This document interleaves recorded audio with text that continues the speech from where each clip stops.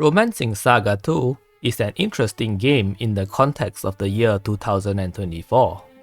It tells the tale of a good empire versus the evil 7 heroes, a subversion of the natural tendency of JRPGs to do the reverse. In modern day, we are now more aware of the dangers of imperialism, and there has been discussion of whether medieval fantasy games like Fire Emblem proliferate questionable ideas about monarchy, divine bloodlines making one super special, and so on. And War Revenge of the Seven is a remake of a game from 1993, where such questions weren't really thought about as much. It's interesting to re-examine them in 2024. But perhaps things aren't quite as they seem on paper. Despite ostensibly being a game where you play as an empire, the traditional imperial method of bloodline succession, that is to say, being succeeded by your royal children, literally stops after a single generation. Every other succession past that one is a common member of one of the fighting classes in the game being elevated to lead so that the empire can continue, which I'm not sure if there's a term for in real life. It's not exactly democracy because rather than having public elections, it's determined by an invisible, all-powerful force commonly known as the player, which probably doesn't have a term in real life either.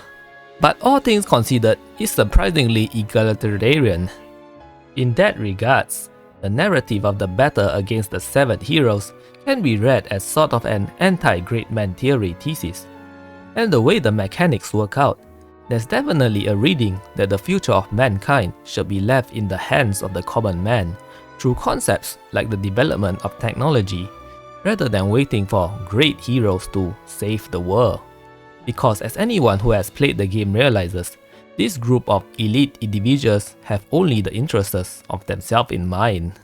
Now, when I say technology, I don't mean like machines, robots, mechas, smartphones, and other electronic devices that normally comes to mind whenever that word is used.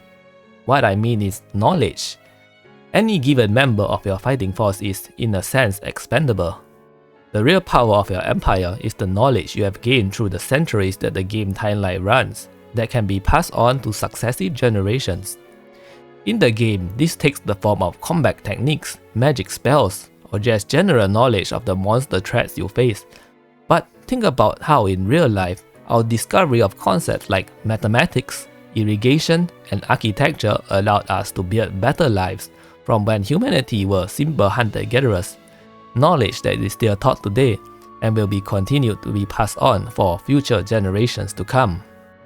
At the end of the game, when the threat of the 7 heroes is over, the final emperor abdicates from their throne, turning the empire into a commonwealth, which is one of the most anti-JRPG endings in the genre, which usually ends with the good king finally ruling the land with goodness after the evil king has been defeated.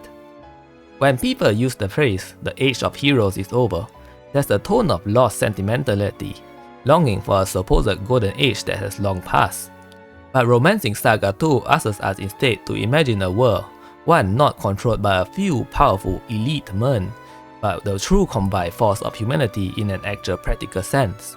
To see the tapestry of how history is weaved, and to know that you exist as part of this beautiful mural, standing on the shoulders of those who came before, in order to carve a future for the ones that will come after you.